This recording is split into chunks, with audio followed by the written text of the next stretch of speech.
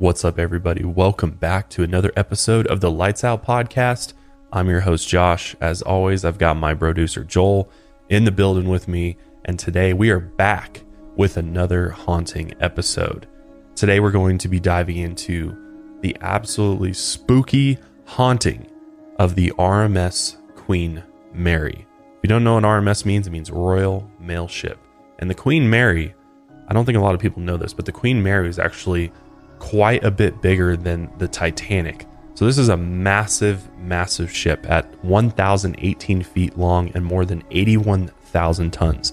And to put this into perspective, the Titanic was a mere 883 feet long and about 46,000 tons. So this ship is absolutely massive and the history is absolutely brutal. So get ready for this haunting episode. Before we get into everything though, a couple things. I just want to remind everybody that one way you can support the show that is absolutely free is by going to Apple Podcasts and clicking subscribe. It does really help us out. Also leaving a rating and review.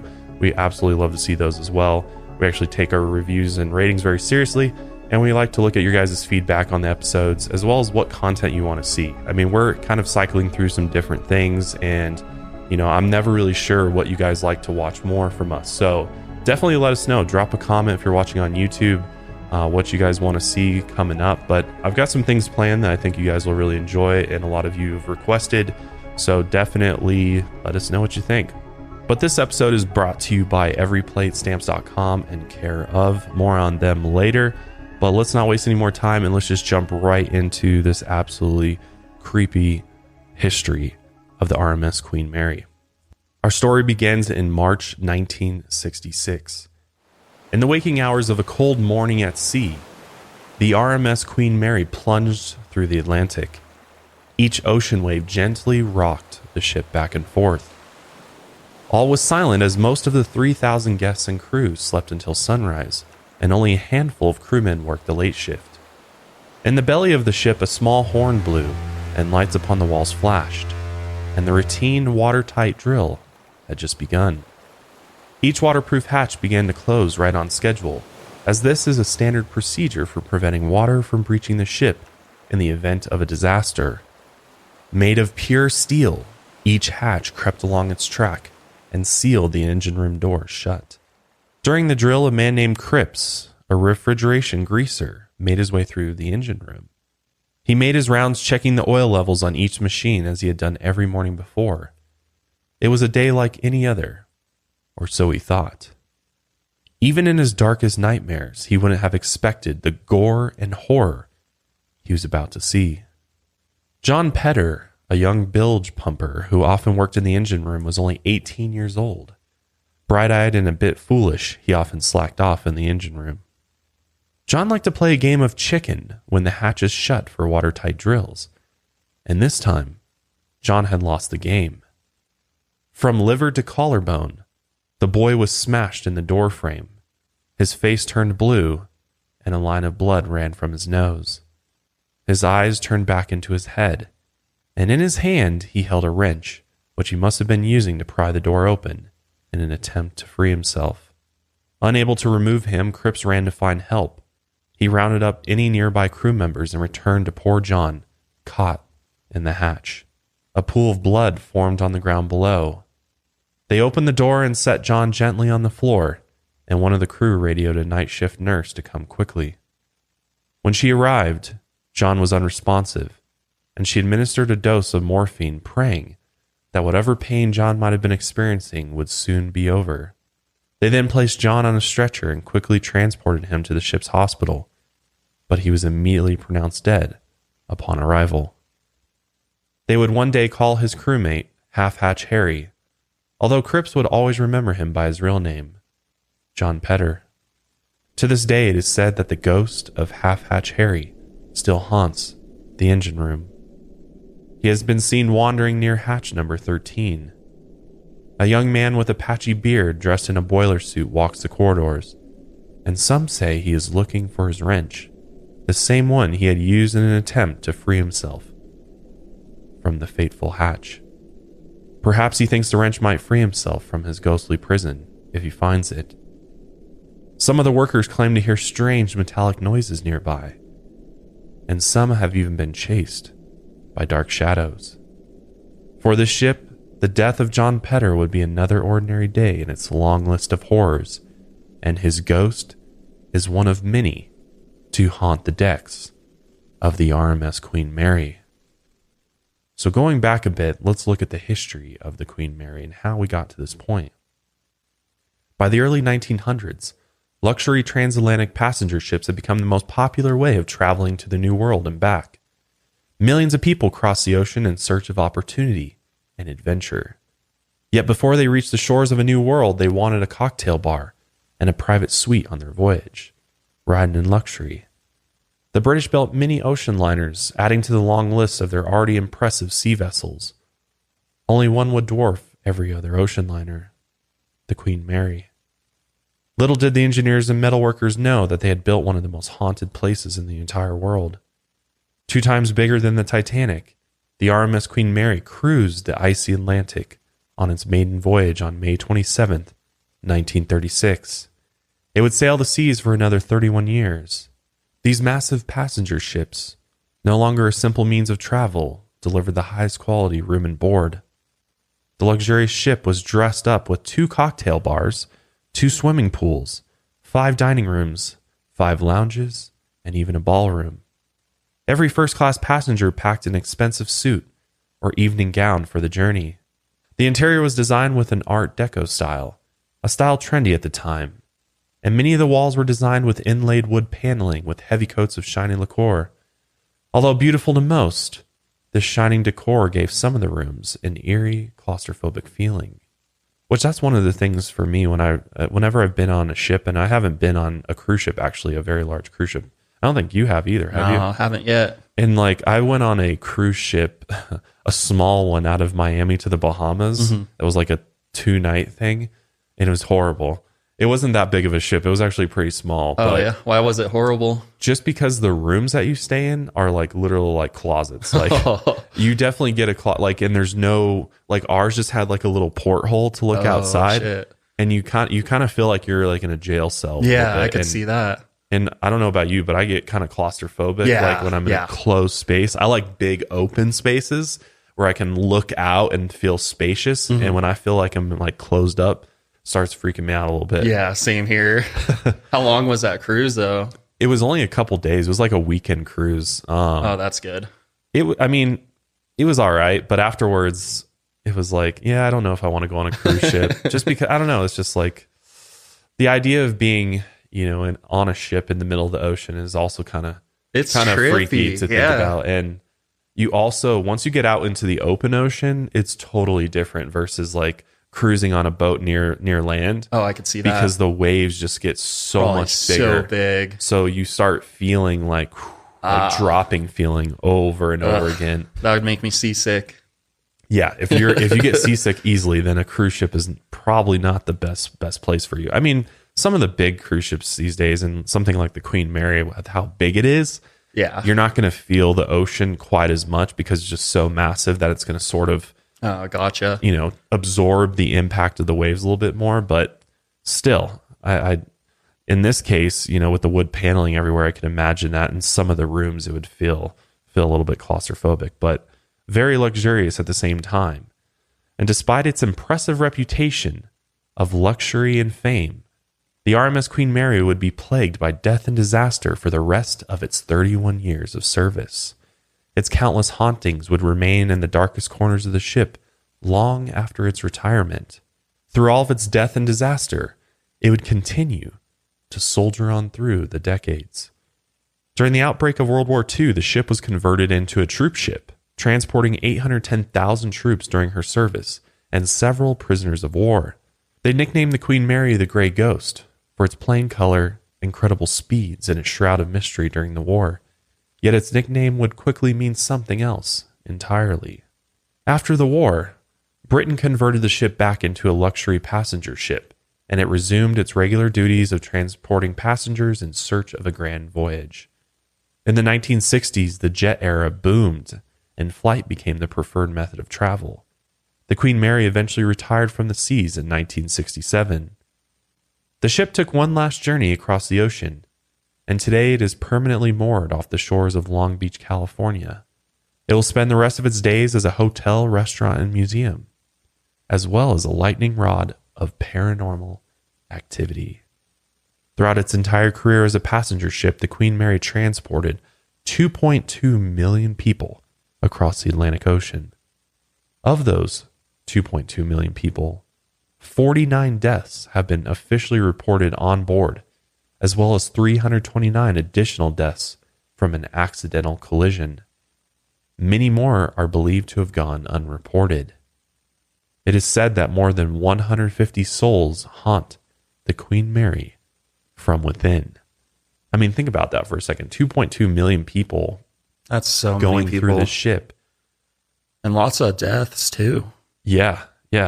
I'm sure there's even way more than what's even been reported over that long period of time and that many people. I'm sure there was stuff that happened that just never even got written down anywhere. And I don't know if a boat counts as an object, but it makes sense why there's so many spirits clinging on to this thing. Right.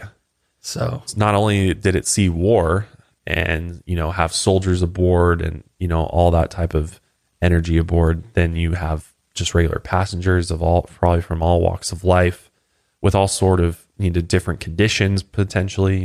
Who knows if there was people that were terminally ill that may have ridden the ship. I mean, there's so many different types of people that at one point were on this ship that there's just bound to be residual energy left after the fact, and hence why it's so haunted. Makes me definitely want to go visit it. Yeah, I know. It's definitely one to add to the paranormal road trip, right? But let's go ahead and get into the haunting and what people actually experience when they visit the Queen Mary today. Before we do, though, we're going to take a quick sponsor break and we'll be right back. With my busy schedule, the only way that I even eat these days is if I have a meal kit waiting for me in the fridge, ready to be made as soon as I need it. I just don't have time to go to the grocery store. I don't have time to plan out a menu. Just got way too much going on. So that's where services like Every Plate absolutely come in clutch and honestly save me from starving. Every Plate is now owned by HelloFresh, a leading meal kit company, and Every Plate and HelloFresh, along with their subsidiary Green Chef, have come together to form one company with a wide array of offerings at all price points for you to enjoy. Every Plate makes home cooking easy and affordable, and it's a much cheaper alternative to takeout, but just as delicious. Think of it this way. One meal from Every Plate is the same price as 1 cup of coffee. You can literally get a home-cooked meal for the same price as a freaking Starbucks, right? What I love about Every Plate is that the recipes come together in 30 minutes, which is way faster than going to the grocery store, then making the meal when you get home from scratch. Meal planning can feel like one more item on the endless to-do list, which I don't need anything else on my to-do list. So Every Plate provides easy-to-follow recipe cards and pre-portioned ingredients so you can spend less time prepping and cooking and more time enjoying that good food with family or loved ones. Every Plate offers a changing menu of 14 recipes per week, featuring a range of flavors and ingredients so you'll never get bored. Every Plate is 50% cheaper than a meal made from grocery store ingredients. So now is the perfect time to focus on saving not only time, but money as well. Try Every Plate for just $1.99 per meal by going to everyplate.com and entering code LIGHTSOUT199. Get started with Every Plate for just $1.99 per meal by going to everyplate.com and entering code LIGHTSOUT199. Are you still going to the post office? Are you still paying full price for postage? Well, thanks to Stamps.com, you don't have to anymore. Mail and ship anytime, anywhere right from your computer. Send letters, ship packages, and pay less, a lot less, with discounted rates from USPS, UPS, and more. Stamps.com brings the services of the U.S. Postal Service and UPS right to your computer. It's a must-have for any business. We actually use Stamps.com for my business, Higher Love Wellness, and I got to say they've saved me thousands upon thousands of dollars in savings on USPS postage and UPS postage. What I love about it too is I can print postage 24/7 right from my warehouse. I don't have to wait for the post office to open their doors to drop off or get postage. I can do it all right at my warehouse, and then I can just schedule USPS to come pick up my packages.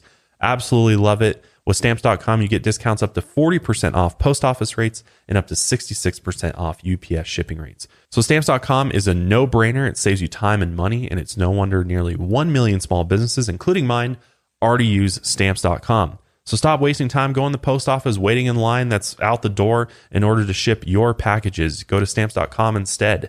There's no risk, and with my promo code LIGHTSOUT, you get a special offer that includes a 4-week trial plus free postage and a digital scale. There's no long-term commitments or contracts. Just go to Stamps.com, click on the microphone at the top of the homepage, and type in Lights Out, all one word. That's Stamps.com. Use promo code Lights Out. With Stamps.com, you never have to go to the post office again. And our last sponsor for today is Care Of. I've been using Care Of for like 3 years now. Care Of absolutely changed the game for my health and wellness because I had no idea what supplements and vitamins I should be taking. But with Care Of and their online quiz, I was able to answer a number of different questions about my specific wellness goals, health concerns, and things like that. At the end of the quiz, Care Of's experts then give you recommendations for which vitamins and supplements you should be taking, and they put it all in one pack. My pack has 7 or 8 different vitamins and supplements in it. And if you think about it, if you were to go to the store and buy 7 or 8 different bottles, that's a bunch of things you have to keep track of. It's also a pain to get your pill organizer set up for the week with that many different vitamins and supplements. With Care Of, they send you your daily dose in packs in a nice, convenient little box that just sits on top of my nightstand. I can just pull a pack out every day and take my vitamins and supplements. I don't have to worry about any bottles. I don't have to worry about ordering new replacements as they run out because Care Of subscription just sends it to me on my monthly schedule as needed. So I never run out. Absolutely Care Of. It's definitely helped me in a lot of different ways. So right now you can get 50% off your first Care Of order. Just go to takecareof.com and enter code LIGHTSOUT50. Again, you can get 50% off your first Care Of order. Why not give it a shot? Just go to takecareof.com and enter code LIGHTSOUT50. All right, let's talk hauntings. Not long after the Queen Mary's conversion into a hotel, claims quickly spread throughout the world that the ship was indeed haunted. Its history of strange occurrences and freak accidents contributed to these claims. Even in its earliest days, mysterious deaths tormented the decks of the Queen Mary. In 1936, its first year of service, 2 hours before the Queen Mary was scheduled to leave Southampton, England, to New York City, the ship suffered its first tragedy. Sir Edgar Britton, the famous first captain of the ship, was mysteriously found dead on the floor of his cabin. An autopsy later revealed he had suffered a massive stroke, and Sir Edgar Britton became the first of many souls to perish on the RMS Queen Mary. Edgar was a man who fancied his cigars, and he was known to smoke them often. This habit may have contributed to his death, but no one knows what triggered the stroke. With the aura of mystery surrounding the ships, anything could have happened in the captain's room. And as the paranormal activity of the ship would have it, some claim they've smelled the smoke of a cigar near the captain's cabin. In October 1942, during World War II, the Queen Mary acted as a troop ship. It transported supplies and soldiers across the ocean. According to the ship's current captain, during World War II, a cook had made such horrendous meals for a group of Australian troops aboard that they had become so upset that the night ended in a fight with the cook. The soldiers shoved the cook into an oven, turned it on, and gassed him to death. Some say the screams of the cook from within the oven can still be heard. Also during the war, an even greater tragedy was on the horizon. During the Queen Mary's journey from New York to Glasgow, a smaller ship named the HMS Curaçao escorted the Queen Mary across the Atlantic. Little did the captain and the crew of the Curaçao know, this voyage would be its last, and the small boat and crew would soon be scattered across the Atlantic.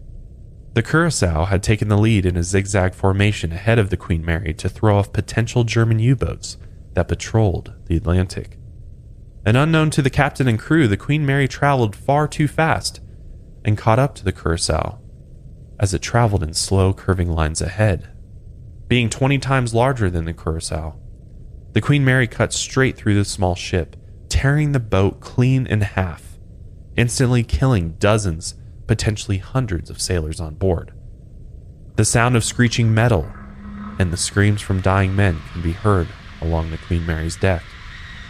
Those that did not instantly die from being literally cut in half by the Queen Mary either drowned in the icy Atlantic, died of hypothermia, or were caught by the massive current of the Queen Mary and sucked into its propellers below, leaving a bloody trail of innards and body parts in its wake. Can't even imagine. The captain at the time, Cyril Ellington, was unable to stop the Queen Mary, and they failed to save any of the sailors. His ship was far too large, with too much momentum behind it. He quickly radioed nearby British destroyers in hopes that they would be able to save any of the sailors. And on the arrival of the small destroyer fleet, they were met with an ocean of blood and gore. Body parts churned in the ocean waves while other sailors drowned beneath its surface. Only 99 crew members survived, and 329 died horrifically in the cold Atlantic waters. It is said that the howls of the dead Curacao sailors can still be heard in the boiler room and the hull of the Queen Mary, where the liner impacted and destroyed the Curacao. Forever the voices of dead soldiers scream into the abyss of an empty hull. Aside from the Queen Mary's complete annihilation of hundreds of sailors, many of its horrors lurk within the history of its passengers. Deep inside the ship, the isolation ward sits dark and quiet, a sterile room of white bunk beds and adjacent bathrooms. It is a room common to many ocean liners where the sick can isolate themselves without fear of infecting other passengers or crew members. It's also a room where the crew can detain prisoners if need be and handcuff them to solid bedposts until the ship can reach the next shore. Although no reports of horror rest within the walls of the isolation ward, its true horror rests on the wall. Just outside of the doorway, there hangs a placard on the wall, a bright and shining list of all the passengers known to have died aboard the Queen Mary. It gives her voyage number, date, name, nationality, and cause of death. Heart failure is the most common, according to the list. At the bottom, there is a smaller list of vague references, passengers whose names were not recorded, their unknown voyage number, or their unknown cause of death. And many believe that this list goes on much longer than the placard represents. Names have been lost to history and the dark. Untold tales will forever be lost to the ship, and only the ghosts themselves know their own stories. According to many passengers, crewmen, and captains, many of the souls that have perished on the ship continued to haunt and torment those aboard the Queen Mary. Some of them are simple spirits with no intention of ill will, while others haunt the ship's corridors with anger and malice. One of the most famous souls to haunt Queen Mary is known as the Lady in White. It is said her spirit has haunted the ship for over half a century, and many passengers have reported her as appearing in various rooms and corridors.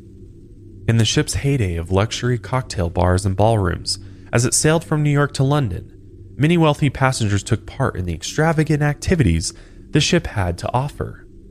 For 4 long days across the sea, many of the passengers treated this time as a vacation. No work, only playtime. They dressed in impeccable evening attire, drank expensive cocktails, and danced the night away in the ballroom. They lived as if the transatlantic voyage was one big, never-ending party. The Lady in White is believed to be the spirit of one such passenger from the mid-1900s, and possibly a passenger from the ship's maiden voyage. She is the most commonly spotted ghost on the ship, according to guests, and many visit the hotel in hopes of getting a glimpse of her. Often spotted near the Queen's Salon or the first-class lounge, she wears a long white evening gown. Although her story remains unknown, she often appears to be just another guest on the ship. She can often be seen dancing to unheard music or looming in the background of her favorite rooms. Maybe she's waiting for a partner to ask her to dance. For the Lady in White, the voyage did end up being one big never-ending party. Dane Valentina, a former model with a new interest in the paranormal, checked into the Queen Mary in hopes of contacting the reported spirits aboard. She took many photos but never came into contact with any ghosts, or at least this is what she thought at first. Her search initially disappointed her, and she saw nothing of interest, no running faucets, flickering lights, or shadowy figures. After developing her photos and going through them, she finally saw an apparition she hadn't noticed before. In one of her photos at the end of the long corridor of hotel rooms towards a bright red exit sign, a white figure stands with a dark door frame at the farthest end of the hallway. The figure appears to be dressed in a long white evening gown, staring into the distance. And if you look at the picture, I mean, I don't know how you deny that there's absolutely a human-shaped apparition at the end of the hallway there. That's clear against as day. a dark door. Yeah, that's an impressive photo. It reminds me of the lady in white from the Conjuring series. Oh, yeah. I was also going to say in the Insidious movies, they made like the lady in black as well. So I think there's some spin-offs from this lady in white. Yeah. Looks very similar to the apparition on the Queen Mary. I bet they did take it from this. Yeah. So creepy. That's like one of the creepiest things. To be aboard the ship and know that spirit is lurking. Yeah. Definitely sends shivers down your spine. But many believe that this apparition is the famous lady in white of the RMS Queen Mary. And this one picture might be the only picture of a ghost on board, although countless spirits have been reported. Another first-class spirit, simply known as the Tall Man, has been spotted many times in the ship's common areas and nearby the first-class suites. He often wears a handsome suit and a smile on his face. The Tall Man is a kindred spirit to the Lady in White, and he may have been a passenger on the ship in the earliest days of its voyages across the ocean. He has been known to show himself for only a few seconds and then disappear into thin air. Interactions with the Tall Man have been friendly, and he seems generally harmless. He smiles, waves, and then disappears. That is, of course, only in the common areas. Inside the first-class guest rooms, the Tall Man has been known to turn off lights, knock objects from tables, cause telephones to ring, open closet doors, and even knock on guest room doors. For reasons unknown, the Tall Man acts happy in the hallways and common areas near the first-class suites. Yet as soon as he's inside the guest rooms, his mood seemingly changes dramatically, from friendly to frantic. His activity within the rooms is such a nuisance that many guests rarely sleep through the night. The Tall Man's terrorizing pranks pale in comparison to the paranormal activity that seeps from the indoor pools. The first-class and second-class swimming pools have been haunted since the earliest days of the ship. Many are sure they contain a portal to the ghost dimension, seething with paranormal energy.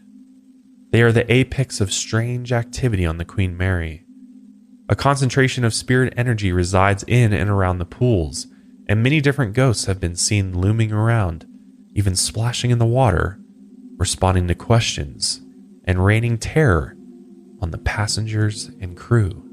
The first-class swimming pool was a giant room of teal and off-white tiles when it was still in operation. Decorative lights hung from the pillars, and the cherry-red pool chairs lined the floor. It was a place where adults read books and children jumped into the deep end. And at first it was a place of relaxation and fun, but then the hauntings began. The legends tell of two women drowning in the pool, and no one knows how exactly. After their floating bodies were pulled from their water, their spirits remained. They each appear in 1930s and 1960s clothing, and they are often seen walking around the pool. They glare at the guests, never taking their eyes off of them while they lurk around the tiled floor. Just outside the pool at the edge of the boat, a short rail lines the ship. Over this rail, 100 feet below, rests the icy Atlantic Ocean. One day, a small boy began playing on the rails while his parents weren't watching. When they turned to look, they saw him lose his balance and fall overboard. His mother screamed and his father ran to the edge of the ship, but this boy was never seen again. Until, of course, his ghost returned to haunt the ship. He continues to sulk around the passageways of the pool, showing himself to guests, reminding them of the never-ending history of death upon the ship. And although these spirits have never harmed anyone as far as we know, their dark glares from across the room have signaled to guests that they are not welcome. The places where these people have perished are not meant to be observed by the living. And just beside the first-class pool are the changing rooms. A cramped corridor leads to a row of changing stalls. White tile lines the walls and small ceiling lights illuminate the claustrophobic hallway. Allegedly, A woman once went to change out of her swimsuit late in the night. Everyone else had left the pool area. Quietly, she entered the changing stall and closed the door. She's supposed to meet her husband in the lounge in 15 minutes. As she quickly undressed, a sense of terror came over her, and she suddenly felt that she was no longer alone. As she went to lock the changing door, a large man kicked the door in with his boot. He held her down and threatened to cut her with a knife. He then brutally raped and murdered her in the stall, and they never caught the man. And it is said that the woman's ghost now haunts the changing rooms. Some have reported that the highest concentration of paranormal energy is found around these changing rooms. I mean, it would make sense. I mean, if she was really murdered in there, absolutely going to be a major haunting location. Not all of the ghosts of the Queen Mary want to harm its crew or passengers, or perhaps they can't. They could be forever trapped in the space between worlds. One of the ghosts, given the name Grumpy the Growling Ghost, is known to hang around the first-class pool as well. According to guests that have come into contact with Grumpy, he likes to cough and snarl when people are around, and he rarely speaks. Many of the guests laugh when they hear him, and not many are threatened by his frail cough or his weak growl. The crew assures the guests he means no harm, but no one knows for sure. The true story of his life is unknown. Maybe he's a lost ghost who climbed aboard the ship in search of a ride. His favorite places to wander are underneath the pool stairs and nearby hallways. Some report smelling cigarette smoke when they hear Grumpy, leading many to believe that the poor ghost might just be coughing from his cigarettes, and not in fact snarling at the guests. And he is trapped, smoking cigarettes beside the pool. Or maybe that's where he enjoys spending the rest of his time, just lounging in a pool chair and giving guests a small thrill. Although the first-class pool is not operational today, many visitors claim that the paranormal occurrences are common around the barren tiles and empty basins. Some claim to hear voices, screams, and wails that echo between the tall, bare walls. Some voices have even told visitors to investigate the pool as if there is more to see. Or perhaps it's a way to lure the curious guests into danger. Many paranormal enthusiasts claim that supernatural portals must be in or near the pool due to the aggressive ghostly activity compared to the rest of the ship. These portals are vortexes of spiritual energy, where spirits can travel from the world of the dead into the world of the living. Other places within the ship are believed to be portals, including the boiler room and the green room adjacent to the boiler room, but none compare to the pool, especially the pool's changing room where the woman was raped and murdered. Bill Sauter, a historical consultant of the Queen Mary, inspected the pool one day, as he had always had before tours began. Across the empty pool, he saw a woman walking down the pool stairs. At first, he thought it was just another guest, but she was from a different time period from the look of her clothes. She was dressed in an elegant evening attire from the 1960s, and her gown flowed down the stairs behind her. Her eyes fixed upon him, never breaking her trance, and she slowly made her way down the stairs. Although the pool stairs were ceramic and quite noisy when walked on, the apparition made no noise as she walked. Bill crossed the pool room to meet her at the bottom of the stairs, but when he rounded the pillar, she had vanished. A peculiar feeling came over him, not a sense of fear or panic, but a feeling that something was happening to him. He closed his eyes for a moment, feeling uneasy, and when he opened them, the familiar empty pool in front of him was now filled with water. Guests appeared out of thin air, and they jumped into the pool, and men smoked cigarettes against the wall.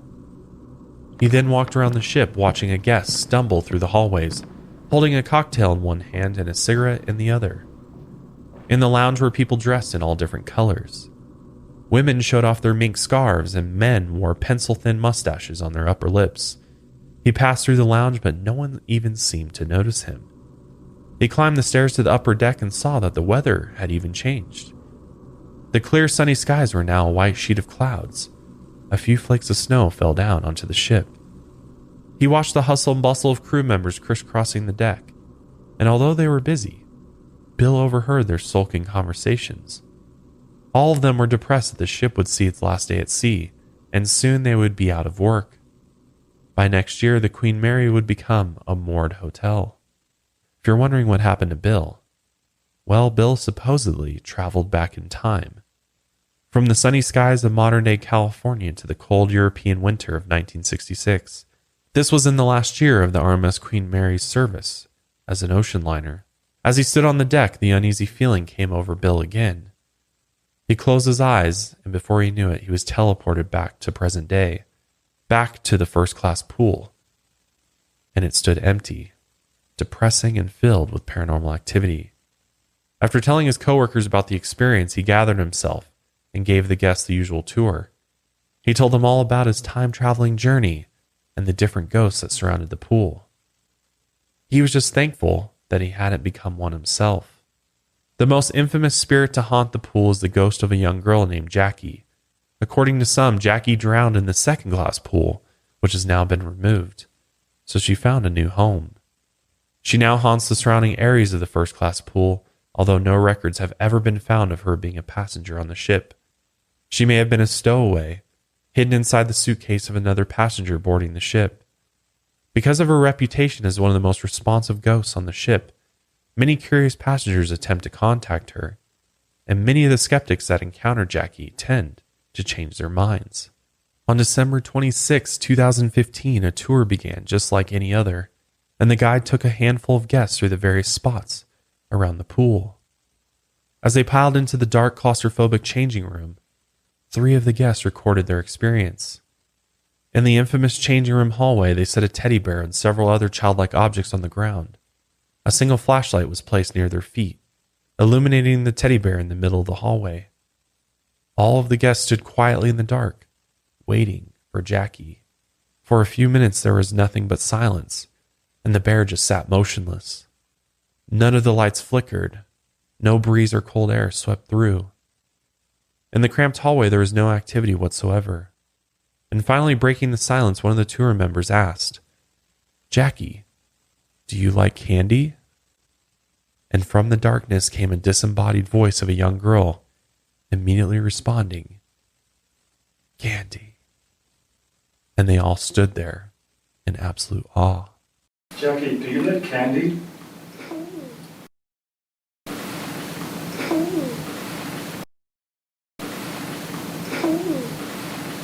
Others report that they've heard Jackie calling out to her parents and splashing in the water.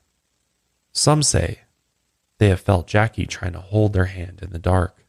But aside from the pool, the only room in competition for most haunted room is awarded to guest room B430. Its reputation became so terrifying that the entire room was dismantled, completely stripped of everything inside, and guests were no longer allowed to stay overnight. But it has since been rebuilt, and guests can now rent the room out, but only at their own discretion. Many horrific tales surround room B430, although none can be proven without a doubt. The true stories of B430 remain only with the memories of the dead. Many guest crew and paranormal enthusiasts have claimed the room is wholly cursed. Horror seethes between its wood paneling. Voices whisper in the night, beds shake, faucets run in the bathroom, and the lights flicker on and off. Creaking, knocking, and slamming on doors can often be heard. Figures have been observed standing at the foot of the beds in the dead of night. They lurk in dark corners and hide inside closets. Guests have experienced being poked, grabbed, and pushed by cold hands in the middle of the night, only to open their eyes to an empty room.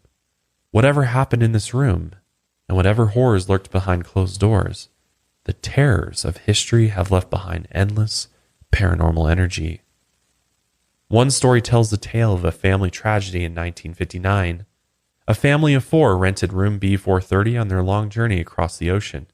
A mother, a father, and their 2 daughters. Dana, the youngest, stayed with her sister in the room next to the master bedroom, and they were both relieved that each of them got their own twin bed for the night, and they could barely contain their excitement of their first voyage across the ocean. After a long day of swimming at the pool, eating on the starboard deck, and running down the long hallways, their mother dressed Dana and her sister into their pajamas and tucked them into bed. They asked where their father was, and she told them he was just relaxing in the lounge, and he would be back soon. But Dana saw a slight tinge of fear in her mother's eyes. Her mother turned off the lights, and the girls soon fell asleep. Dana awoke from a nightmare in the middle of the night and opened her eyes to a pitch black room. A sound of muffled rustling came from her sister's bed. She called out to her, but no response came. And as her eyes adjusted to the darkness, Dana saw a prominent shadowy figure on top of her sister. Its long arms reached down towards her, wrapping its hands around her neck. Only a tiny gasp escaped from her sister's mouth before her eyes rolled to the back of her head and her heart stopped beating. Dana screamed and turned on the light, seeing the figure was neither a ghost nor a demon. It was her father. He looked haggard and angry with bloodshot eyes, and he reeked of whiskey and cigarettes. Dana fled from the room, screaming for her mother, and she found her, a ghostly shade of white, lying motionless in the bed.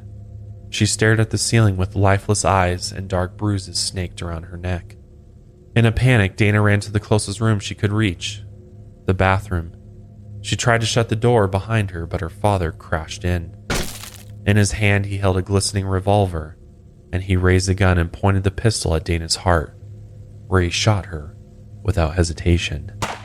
He then turned the gun on himself, aiming directly at his temple, and pulled the trigger. The family's remains were found pretty quickly because a neighboring guest complained of hearing gunshots to the hotel staff. When they reached the room, they found the mother strangled to death in her bed, the same as her daughter, and the bathroom was coated in 2 sprays of dark blood, brain matter, and skull fragments. The body of Dana and her father rested side by side, slumped in a pool of their own blood. And from this tale of room B430, it is said that Dana continues to haunt the room and the surrounding corridors of the ship, forever wandering the passages her family once walked so long ago, traveling across the Atlantic in search of adventure and opportunity. Truly tragic story. Yeah, absolutely crazy. And it makes me think that there's so much paranormal or negative energy in this place that it causes people to commit these crazy murders. Yeah. They're so spontaneous. I don't know. There's just no other explanation to me that maybe they're getting possessed It's like a factory influenced by it. Yeah. Factory for negative things to happen. Today, the Queen Mary attracts guests from all over the world, and it remains forever moored off the coast of Long Beach, California. Some visit to stay in the luxury suites and enjoy a relaxing vacation. They peruse the bars and eat from the restaurant menu. Others seek the thrill of haunting spirits, dark stories, and legends of violence and gore. They visit for a chance to contact a spirit from the dead. They want to see the lady in white dance in the hallways, or ask Jackie if she enjoys candy. They want to hear Grumpy cough up his cigarette smoke or see Dana walking the hallways clutching her heart. They wish to catch a glimpse of the ghost of John Petter in search of his wrench to pry himself from the watertight hatch. Unknown to them, the curious guests are very much the same as John Petter. They play a similar game as he did down in the engine room. They play a game of chicken, not with a closing hatch, but with the spirits of the ship. And they too gamble with the world of the dead and expect to come out unscathed. Absolutely horrifying story, honestly. It's honestly shocking to hear all of the violence that took place. Yeah. And how many people died and suffered. Yeah. It would make sense that it would just be an absolute pool of just paranormal energy. I mean, so much residual energy from all the people that died on the ship, and also the anger and malice in a lot of the deaths that remains. I mean, it's crazy. I bet you there's even more stuff that happens. Yeah. Since then, since it not being in service, I'm sure there's endless stories of people experiencing different types of paranormal activity. I mean, at the very least, your traditional knocking and, seeing things move, or maybe seeing shadowy figures moving through the hotel. But I'm sure you get all of that in that place. I mean, the guy that literally said he time traveled, I'm like, holy shit, maybe there's even something more powerful going on here. Maybe there's some type of portal that he traveled through in order to go back in time and see what the ship was really like during its heyday. But absolutely insane. Yeah. And despite its dark history, I think it's cool that the boat is still around today. So, we can remember all those, and all the paranormal activity, still give them a home to stay in. And I like that they keep it. Yeah. And they don't, because if they destroy the boat, then I think a lot of those spirits go with it. Yeah. Go with it. Yeah, it's cool that they still have it as a hotel and stuff. Yeah. Seems like it's probably one of the most haunted hotels out there. Yeah, I think the Queen so. Mary. We'll have to visit one day, hopefully. Yeah, for sure. But you'll have to let us know if you visited the Queen Mary and what experiences you had, because I'd be very curious to hear somebody's actual firsthand account of what it was like to stay aboard the Queen Mary. Now, I'm sure you're pretty much guaranteed to get some sort of paranormal activity on here. It seems like. Yeah, I would think so. Because God, we had a experience with the Stanley Hotel. We've had a few weird things happen there, but for the most part, it's claimed to be one of the most haunted hotels in the entire United States. And I've been there multiple times, even conducted a minor paranormal investigation there. And you're sitting in the closet for a while. Absolutely nothing, man. God, that's disappointing. And I mean, it's one of those things. It's like sometimes if you go into it looking for something, I feel like these spirits or entities know that you're there to try to capture them. And they're like, well, screw you. I'm not going to give you anything. Well, I think obviously the Stanley hasn't experienced nearly it doesn't as have the dark history that this history. does. Yeah. Which there's a lot of misconceptions about the Stanley Hotel and its paranormal history. And I think it's overrated because Stephen King. So. Yes, a lot of people assume The Shining actually happened at the hotel, which is definitely not the reality. But we'll have to do an episode on the Stanley Hotel because obviously that's here in Colorado. Right. We've been to it. I've stayed overnight in one of the most haunted rooms, supposedly in the hotel. Nice. I haven't yet. I did the whole you've done the ghost tour and stuff. Yeah. I stayed the night in a haunted room there, and I'll let you know what I found in an upcoming episode. Well, you were originally going to make a whole. I was trying to make like a little like haunted vlog, but but I couldn't turn out the other way. So but yeah, we'll definitely cover the Stanley Hotel in a future episode. So let us know if you want to see that. But that wraps up today's episode of Lights Out Podcast. Hopefully you enjoyed this one. I know we did. Very, very interesting haunting of the Queen Mary and all of its dark history. Make sure you're subscribed to us on Apple Podcasts and YouTube. We'd really appreciate it.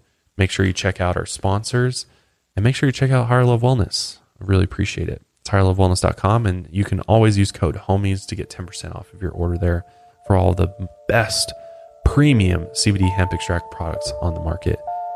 But that is it for us today. And until next time, lights out, everybody.